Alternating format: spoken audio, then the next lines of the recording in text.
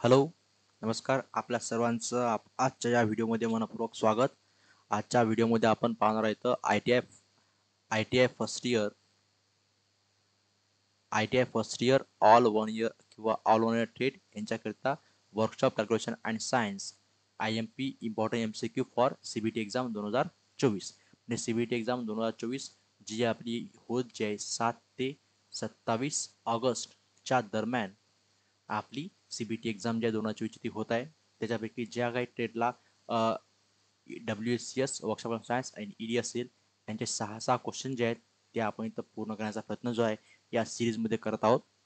त्यातला पहिली जी व्हिडिओ जो आहे तो आपला झालेला आहे. त्याची लिंक मी डिस्क्रिप्शनमध्ये दिली आहे. ज्या व्हिडिओमध्ये आपण नेहमी भारत स्किलचे जवळचे जे क्वेश्चन जे आहेत ते सर्व आपण सोल्युशन जे आहेत ते आपण याच्यामध्ये घेत आहोत. त्यातले 13 क्वेश्चन जे आहेत त्याचं आपण सोल्युशन मागच्या व्हिडिओमध्ये पाहिले आहेत.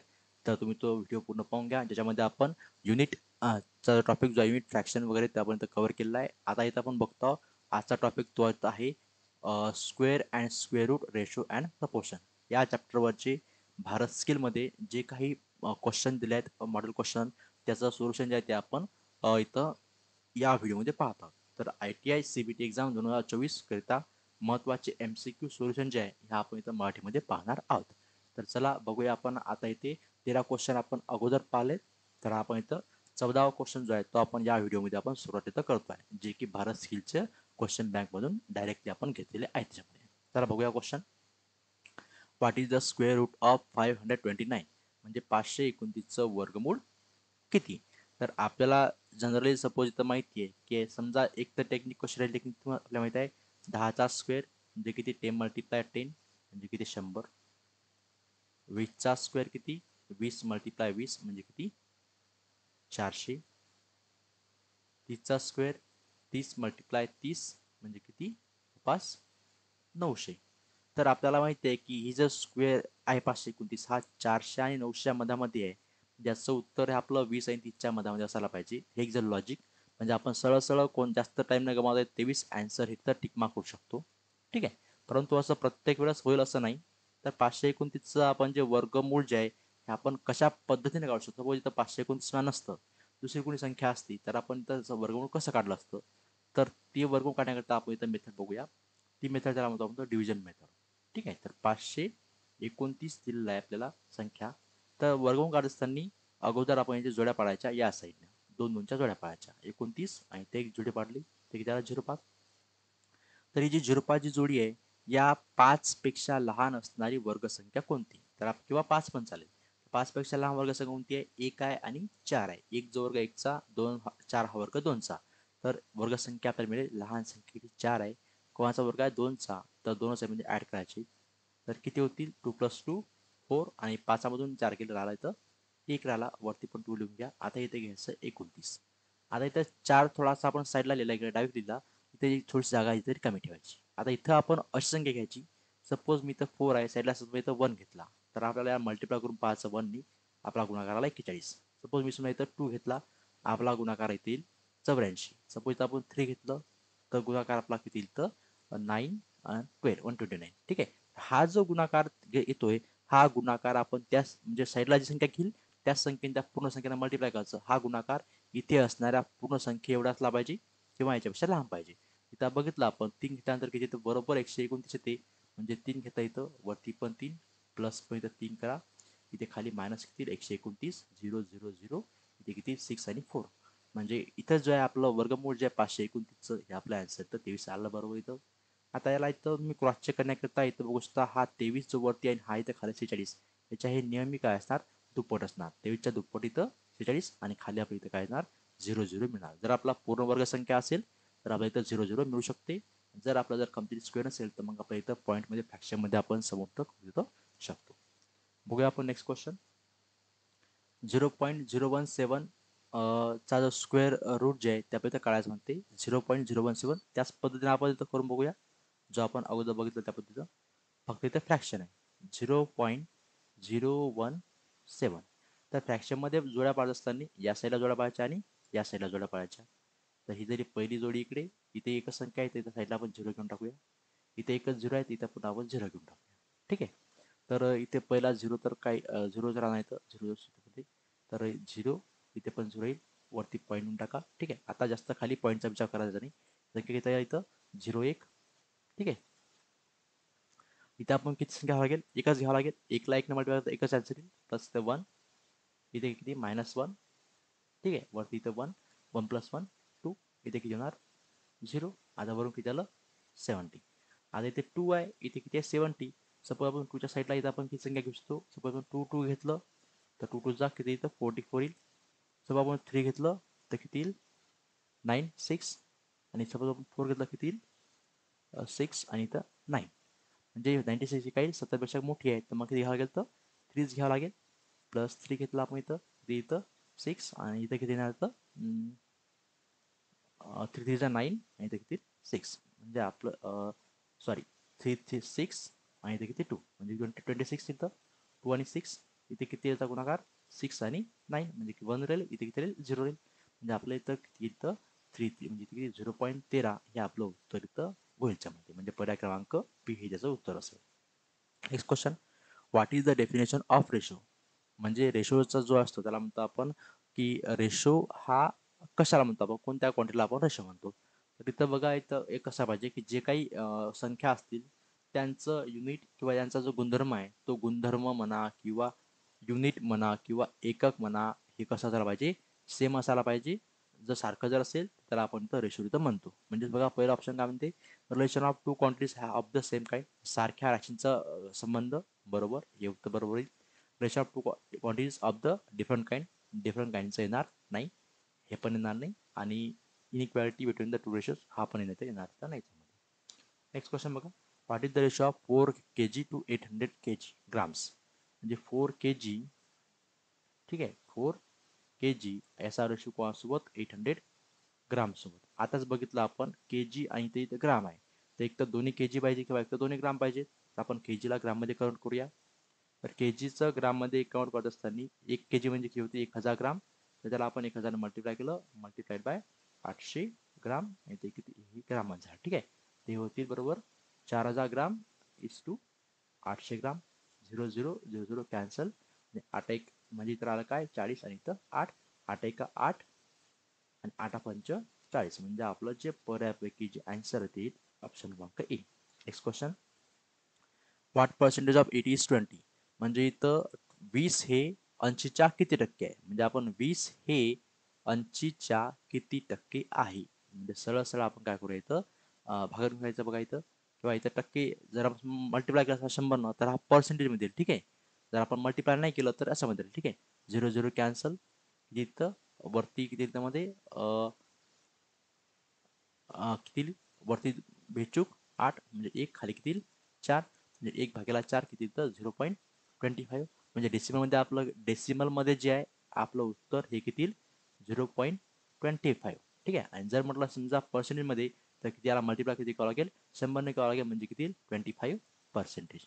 ठीक आहे, तर आपलं डेसिमलमध्ये किती आन्सर दिले 0.25. ठीक आहे, पर्सेंटमध्ये किती 25%. Next question, how much of 8% of 40 kg. म्हणजे 40 kg चे किती टक्के 8%. म्हणजे 40 मल्टिप्लाइड बाय काय 8/100. 0 0 कॅन्सल. वरती किती 4 मल्टिप्लाय 8/10 म्हणजे किती 4 32/10 म्हणजे किती 3.2 kg. म्हणजे याच्यापैकी पर्याय क्रमांक बी ही जास्त उत्तर होईल त्यामध्ये. Next question, convert the 52 into fraction. याचं फ्रॅक्शनमध्ये रूपांतर करा म्हणते, किती दिलं आहे 52%. ज्यालाच आताच बघितलं आपण पर्सेंटेजमध्ये सिम्पली काय असते डिवाइडमध्ये 100. त्याला 2ने भागून घ्या, वरती किती 26 खाली किती 50. पुन्हा 2ने भाग जाईल, वरती किती 13 खाली किती 25. आता याला भाग जाऊ शकते का नाही, कम्प्लिटली 13 कारण की मूळ संख्या आहे. 13/25 आपण बघितलं की पर्याय क्रमांक सी हे त्याचं उत्तर इथं होईल त्यामध्ये. Next question, convert the 0.456 into decimal into fraction. याचा फ्रॅक्शनमध्ये रूपांतर करा म्हणते. डेसिमलमध्ये दिला आहे 0, डेसिमल दिला आहे 0.456. फ्रॅक्शन पर्सेंटेजमध्ये रूपांतर करत असेल काय करायचं मल्टिप्लायमध्ये फक्त जनरली 100 मल्टिप्लाय करा, हे कशामध्ये झालं पर्सेंटेजमध्ये. म्हणजे आपला आन्सर किती 45.6%. म्हणजे पर्याय क्रमांक ए हे आपलं उत्तर इथं होईल त्यामध्ये. Next question, what is the value of x. समजा आपण जर x² घेतलं, x² + 62 इज इक्वल टू 102. तर याला सॉल्व्ह करून बघूया. किती x square is equal to किती 102 मायनस 62 किती येतं 40 म्हणजे एक्स स्क्वेअर किती आहे एक्स स्क्वेअर 40 म्हणजे एक्स बरोबर किती अंडर मध्ये 40. जे आता हा जर सांगितलं आपण तर आपल्याला माहित आहे की 6चा स्क्वेअर किती येते 36 आणि 7चा किती येते 49. तर 40 संख्या 36 आणि 49च्या मधामध्ये आहे. तर तुमचं उत्तर जे आहे 6 आणि 7च्या मधामध्ये असायला पाहिजे.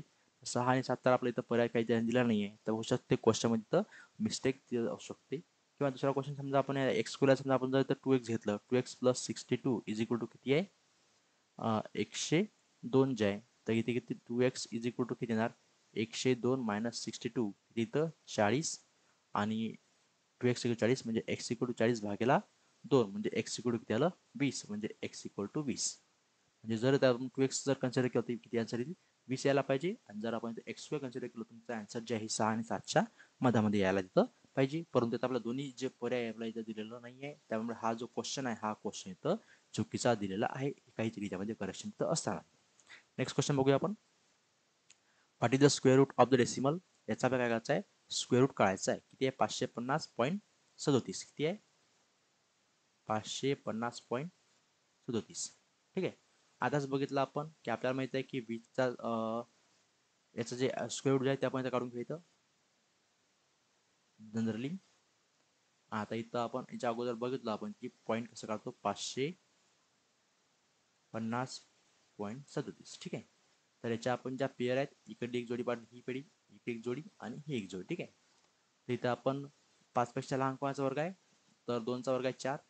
तर आपण 4 घेतलं वरती 2 प्लस 2 वरती 2 2 प्लस 2 4 इथे किती राहील 1. इथं घेतलं आपण इथं 50. ठीक आहे. तर इथं 4 आहे. 4च्या साईडला आपल्याला कोणती संख्या घ्यावी लागेल. सपोज मी इथं 4च्या साईडला तर जर 2 घेतलं किती 2 मल्टिप्लाय करावं लागेल किती होईल तर 8 आणि 2. सपोज मी इथं 3 घेतलं किती मल्टिप्लाय करावं लागेल 9 29. सपोज मी इथं 4 घेतलं किती येईल 16 किती 76. तर आपल्याला किती घ्यावं लागेल 3 घ्यावं लागेल. कारण की तेव्हा काही 129 येईल त्याच्यापेक्षा लहान संख्या येईल. प्लस 3 करावं लागेल किती 129 किती राहील 1 इथे किती जाणार 2 आणि इथे किती 0. वरती किती आलं आपलं 3 घेतलं आपण 23. ठीक आहे 23 पॉईंट समथिंग. 23 आल्यानंतर आपल्याला समजते की आपलं जे उत्तर पर्यायामध्ये जे आहे 21 22 23 दिलं आहे म्हणजे आपलं पर्याय 100% आपला आन्सर डी असणार. तरी पण आपण याला पुन्हा आणखी पुन्हा खुलवर जाऊया 3 3 6 आणि किती 4. आता पुन्हा पॉईंट आलेला आहे पॉईंट दिला आपण इथं 27 संख्या घ्या. ठीक आहे. आता 4 आहे इथे किती आहे 21 आहे. ठीक आहे पहिली संख्या जवळपास 4ला जर समजा आपण किती गुणलं म्हणजे 21 येईल 5 ने गुणल्यानंतर त्यामुळे 5 साईडला याच्यामध्ये 5 घेऊन बघूया किती येईल 5 5 25 5 4 2 5 6 5 4 3 5 6 23. तर ही मोठी संख्या येते मग 4 घेऊन सरळ सरळ. ठीक आहे. प्लस 4 कुठं टाकायचं. ठीक आहे 4 16 7 8 6 4. ठीक आहे म्हटलं 4 16 7 6 1 4 सगळं 24 24 1 25 5 4 2 4 16 1 16 2 18. ठीक आहे. इथे किती घेतलं आपण 4 घेतलं 1 13 8 10तून 8 गेले 2 इथे किती 0. पुन्हा संख्या कोणती आहे 37.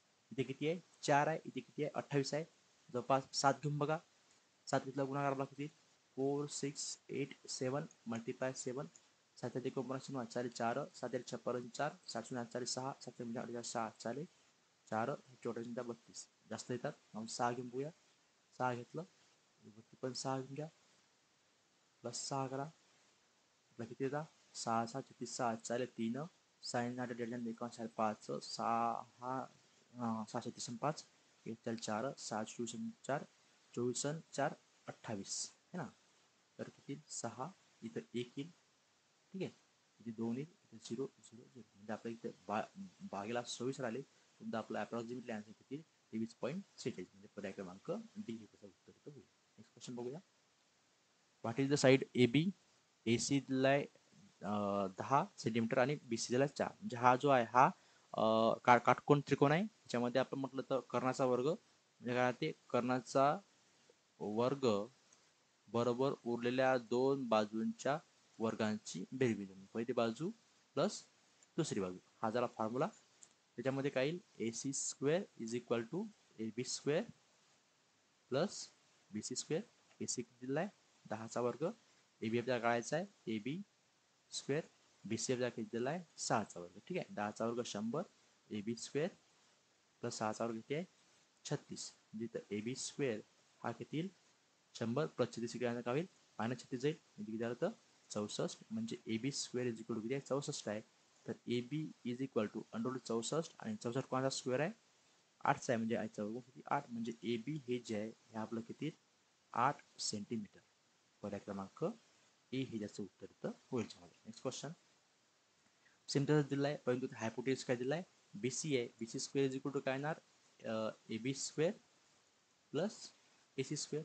तर बी सी किती दिलेला आहे 15, ए बी किती दिलेला आहे ए बी आपल्याला काढायचा आहे आणि ए सी किती दिलेला आहे 9, म्हणजे A B square plus A C किती दिलं 9 स्क्वेअर, 15चा स्क्वेअर किती येईल तर 225 is equal to A B square plus 9चा 81 म्हणजे ए बी स्क्वेअर म्हटलं आपण किती 225 मायनस हा 81 किती 4 12 4 1 त्याला A B square is equal to किती आहे 144 आला आहे, म्हणजे 144 हा कोणता स्क्वेअर आहे तर हा स्क्वेअर आहे 12चा, म्हणजे A B is equal to झालं 12, हे आपलं उत्तर येतं असं त्यात मी ऑप्शन क्रमांक डी. नेक्स्ट क्वेश्चन बघा, व्हॉट इज द साईड, पुन्हा त्या क्वेश्चन दिलेला आहे त्याच्यामध्ये काय क्वेश्चन काय दिला आहे A B is equal to 7 दिला आहे आणि बी सी 5 आहे आणि विचारला ए सी, म्हणजे इथं A C square is equal to काय येणार ए बी किती दिला आहे A B square plus B C square.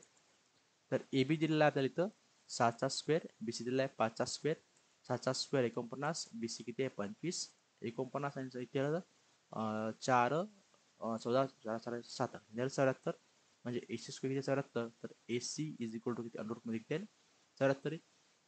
तर 74चं वर्गमूळ जे आहे हे आपण कसं काढतो तर मगाच्या पद्धतीने काढूया त्याला आपण 74 74 दोन्ही पार्टले 1 74चा आहे, 74 पेक्षा लहान कोणाचा स्क्वेअर आहे 8चा आहे, 8 8 64 घेतला आपण इथं वरती पण 8 द्या 8 2 16, इथे किती किती राहते तर 10.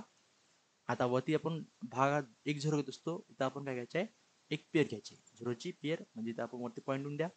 आता इथे समजा आपण किती आहे 16 आहे, 16च्या साईडला समजा आपण इथं इथं किती आहे परिसंख्या 100 आहे, 16 पण 16 96 जवळपास 16 96 आहे ना, तर मग 96 100 पेक्षा लहान येते, आपण 6 घेऊन बघूया.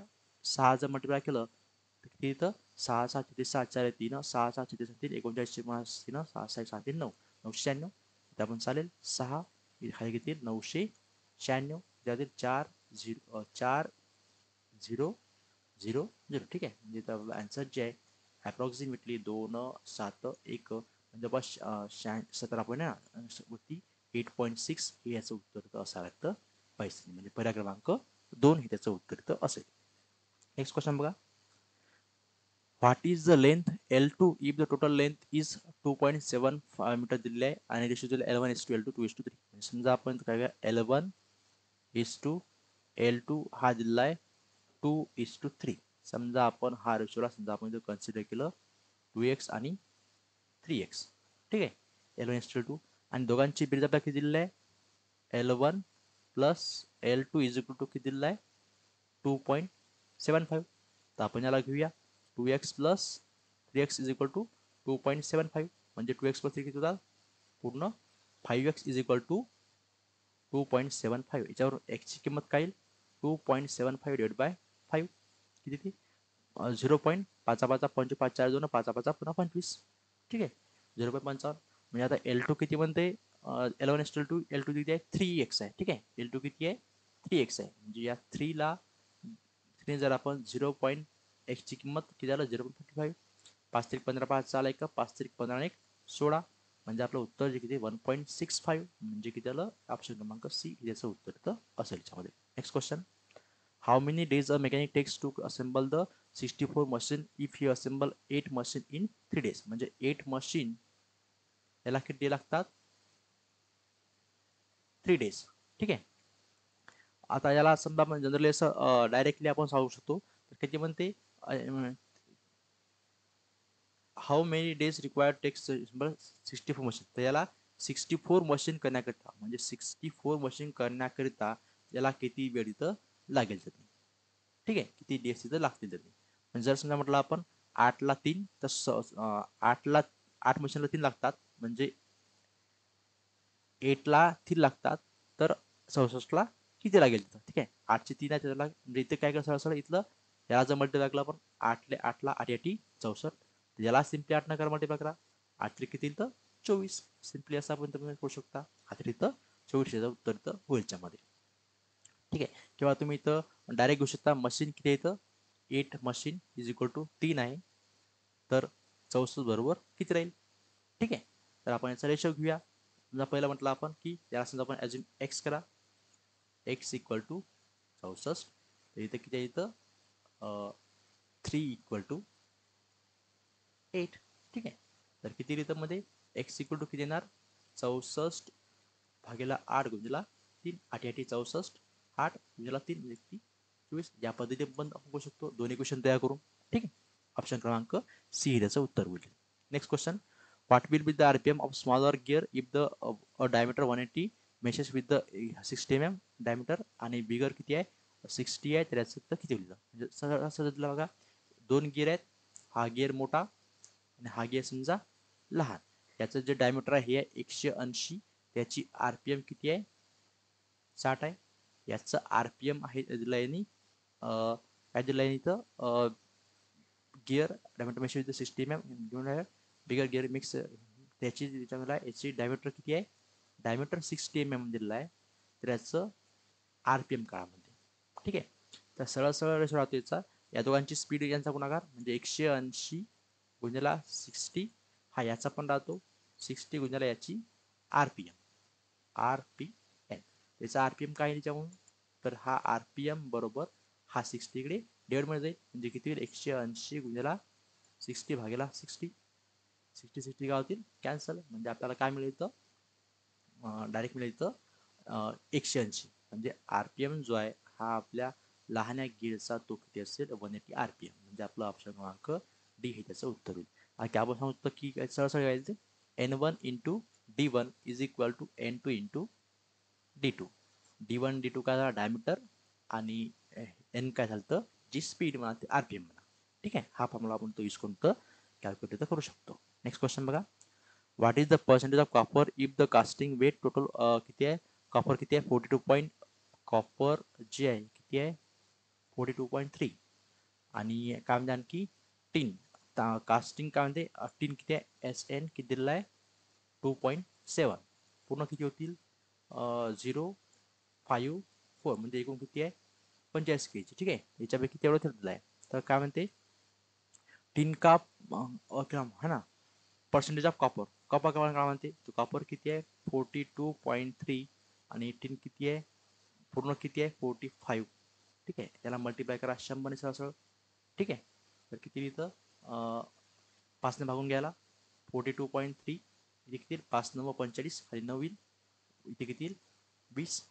ठीक आहे, पुन्हा 9 भागून घ्या वरती याला येईल 42ला 42 42.3 भागेला 9, 9 चूक 36, किती राहतील 2 6 0 पुन्हा 3 9 7 63 है ना, म्हणजे किती 4.7, आपल्या किती 4.7 मल्टिप्लाय बाय 20 किती होते मग आता हा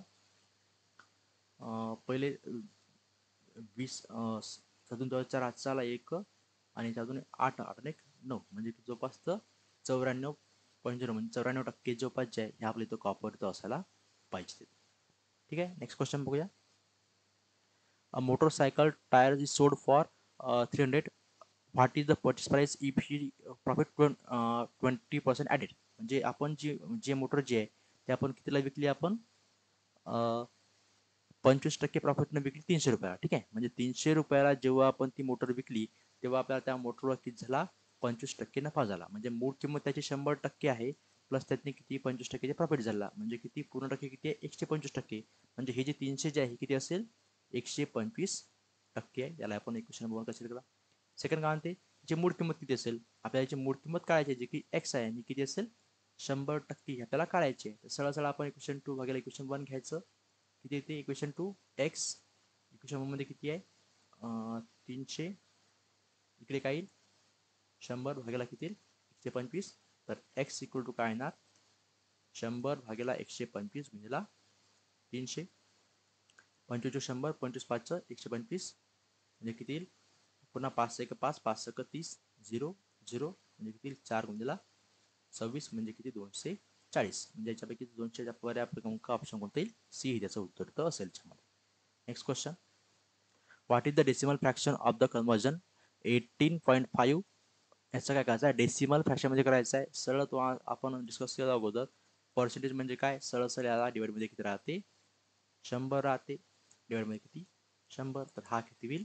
100 पर्यंत की 0.185 हा होईल त्याचा डेसिमल फ्रॅक्शन. तर पर्याय क्रमांक ए हे त्याचं उत्तर इथं होईल. तर अशा पद्धतीने जे आहे आपण या भारत स्किलमध्ये जे पूर्ण जे क्वेश्चन होते, क्वेश्चन क्रमांक 33 पर्यंत आपण याचे पूर्ण सोल्युशन बघितले आहे. तर याचा तुम्ही सराव करा आणि हा सराव केल्यानंतर याच्यापैकी क्वेश्चन किंवा असेच क्वेश्चन आपल्याला सीईटी एक्झाममध्ये येतील. तर याच्याबद्दल काही शंका नाही. तर थँक्यू. याचा सराव करा आणि पूर्ण याचं प्रॅक्टिस करा. थँक्यू.